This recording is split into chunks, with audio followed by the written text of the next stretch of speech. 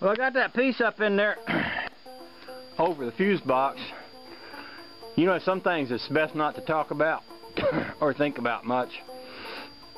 Because if you think about them or talk about them, you'll scare yourself enough so you don't want to do them. But, pardon me, I got insulation in my throat now. I thought that was going to be like that, but it wasn't quite so bad. That's a beautiful thing. Sorry about coughing. I cut the camera off so I could throw up along. Okay, but somebody made a comment about my washer and dryer being down here and said, your wife must have really been something to put up with you having a washer and dryer in the basement like that. Well, if you only knew the real story,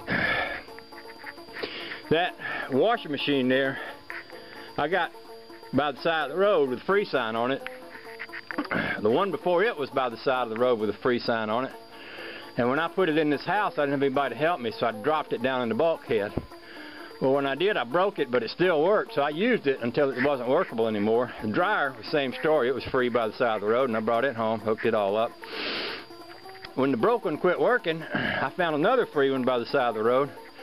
And the process of getting that out of here by myself, keep in mind, I didn't even have Honey Baby around back then, and you can imagine what it was like trying to lift one of them out of the bulkhead by myself here. I just about bent that thing into every kind of conceivable shape getting it out of here, and was much more careful dropping this one into the hole, trying not to bust it again. But I did manage to get them both wrestled in here. And keep in mind, all of this used to be mud, so before I could do that, I had to haul out, I think I hauled out 5 truckloads of garbage. I had to pump all the water out of the basement. Some of the garbage was soaked, bags full of soaked insulation.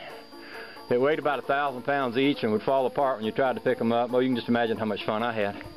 But I managed to get them both in here and get them to work. And you know, for me, having them here and having them work was a pretty major accomplishment since it didn't cost me anything. They were both free, and I brought them both home from the side of the road, and all I had to pay for was the plumbing and the electricity to make them work. But you're right, when Honey Baby got here, didn't take her too long before she decided it was more important to have a nice new washer and dryer upstairs than it was to be using this one. So she did kind of replace that pretty quick. Okay, I'm going to stop talking because I got enough insulation in my lungs now to kill somebody, so I got to throw up a lung, and I'll work some more.